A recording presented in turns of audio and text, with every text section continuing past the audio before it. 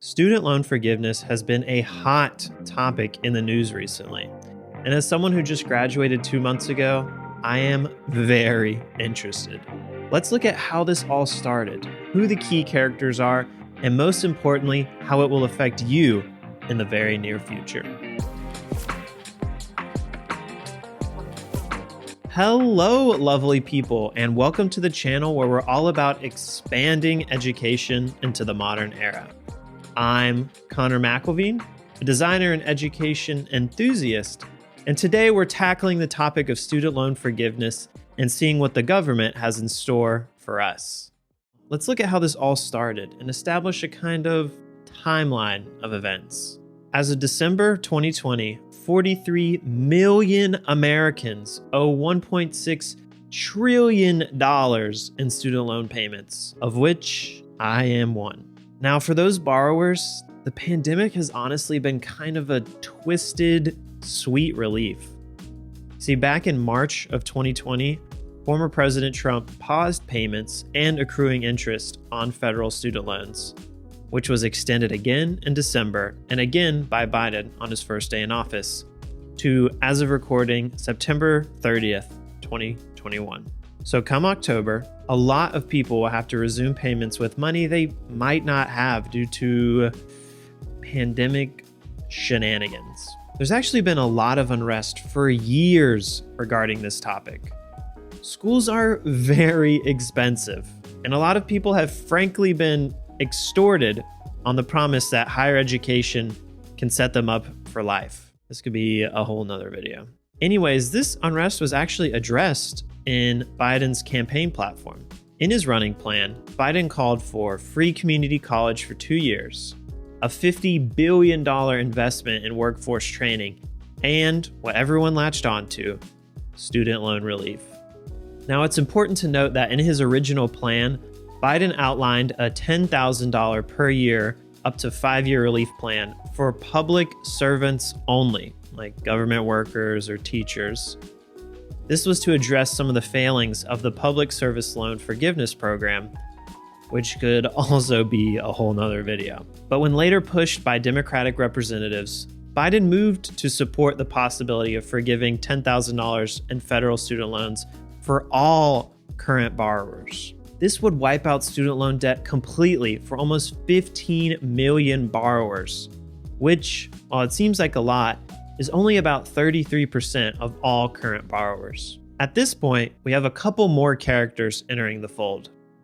In early February, Senate Majority Leader Chuck Schumer of New York and Senator Elizabeth Warren of Massachusetts put forth a proposal for Biden to forgive as much as $50,000 in student loans, and to do so via executive order. Now, this is dramatically more than the original $10,000 proposed, and would fundamentally change the lives of many current borrowers. It's important to note, though, that it's a little unclear if the president even has the authority to do this. Usually stuff like this has to go through both houses of Congress. And even though Schumer and Warren are strongly suggesting that he can, the jury is still out if he can just sign it into existence.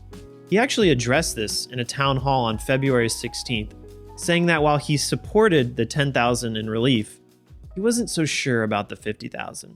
I'm prepared to write off the $10,000 debt, but not $50,000, because I don't think I have the authority to do it by sign of a pen. After that town hall, on February 19th, 17 state attorney generals called on Biden to forgive $50,000 through executive action, stating that he had the authority under the Higher Education Act. So, okay. Biden tells his new Secretary of Education, Dr. Miguel Cardona, to look into it and prepare a memo outlining if he even has executive authority to do something like this.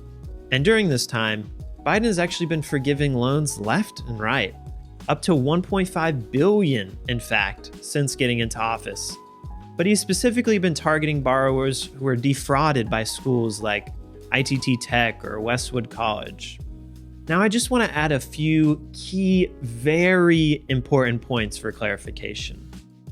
This forgiveness, no matter the eventual amount, would be only for those who attended public colleges or universities, along with a select few private colleges who've historically served Black or minority communities, and would specifically be for undergraduate tuition only.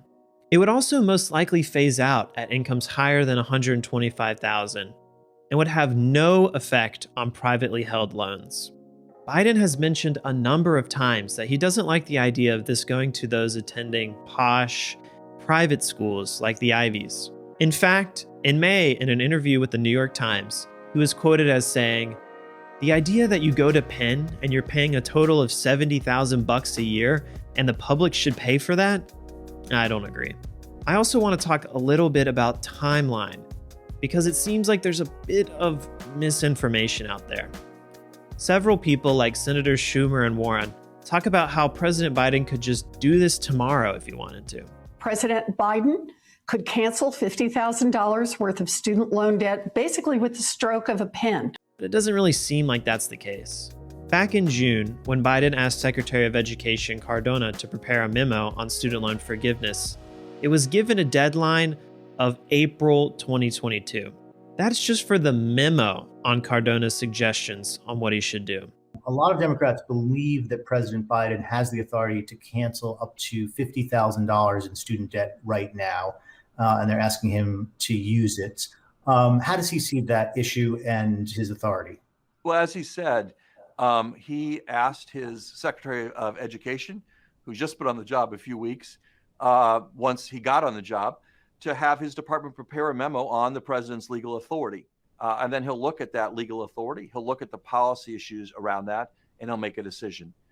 He hasn't made a decision on that either way. And in fact, he hasn't yet gotten the memos that he needs to start to focus on that decision. So realistically, it seems incredibly unlikely that Biden would act on anything before receiving that memo, meaning that the soonest the forgiveness plan could be formulated would probably be something like spring of next year.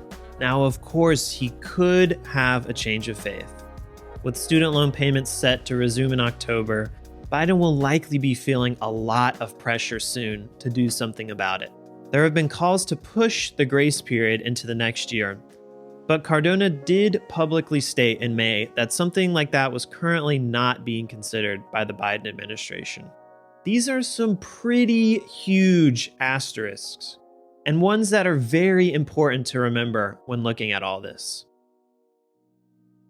Now, if I may, I'd like to get on my soapbox for a little bit and do a little PSA on all of this.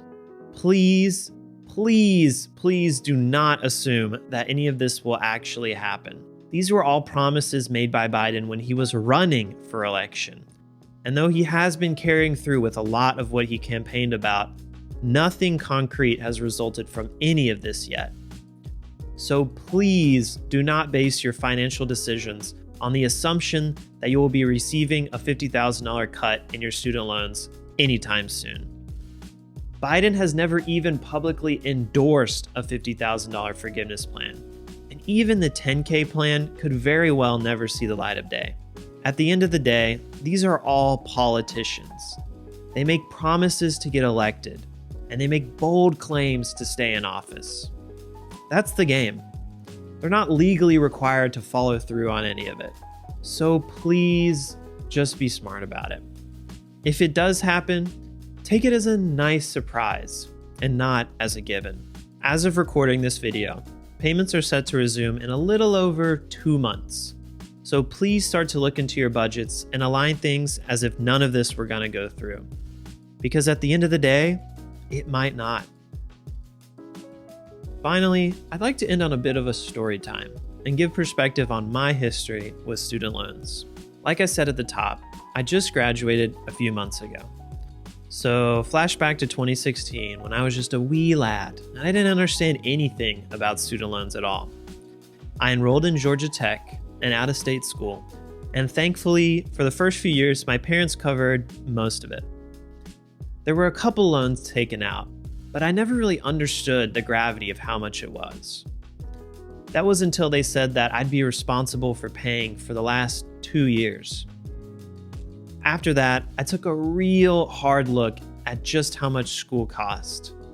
At the time, I had about $20,000 in student loans already, And to graduate, I'd have to take another $110,000 in loans to make it happen. That is a lot of money. So after a lot of thought and talking to a lot of different people, I was fortunate enough to be able to transfer to an in-state school, North Carolina State University, where I completed my degree and came out with basically only that initial $20K to pay off. And thanks to finagling a work study and aggressively saving while doing my last year of school online during the pandemic, I'm set right now to be loan-free by December, which I am super stoked about. I know many of you are in wildly different situations, but I really would encourage all of you to really weigh up those costs up front. Don't just live in ignorance like I did for the first few years. Take the time to sit down either by yourself or with a family or even with a financial advisor if you can, and calculate just how much this would all cost and realistically how long it would take to pay off. It's hard and scary, but not nearly as scary as being locked down to a life of debt. Just take care of yourselves out there, guys. This system will take advantage of you if it can. So be smart, think about it, and don't rely on $50,000 from the government anytime soon. But if the government does give us $50K, best believe I'm throwing a pool party and you're all invited. And that's it for me, everyone. Now, I want to talk to you all in the comments. What's your situation? And how would this student loan forgiveness affect you? And hey, if you like this video, I'd love it if you just tapped that little like button. It's free and it helps get this video in front of more people. And if you've been here before, or you really like this video, you can always hit subscribe and that little bell to stay up to date with what we're doing and get notified when I post the next video. The socials are down here as always, as well as the Discord link if you ever want to talk about any of this in a little bit more of a private space. Speaking of more, here's some other videos I made that you might be interested in. Other than that, I'm Connor McIlveen, and be safe out there, guys. Bye-bye.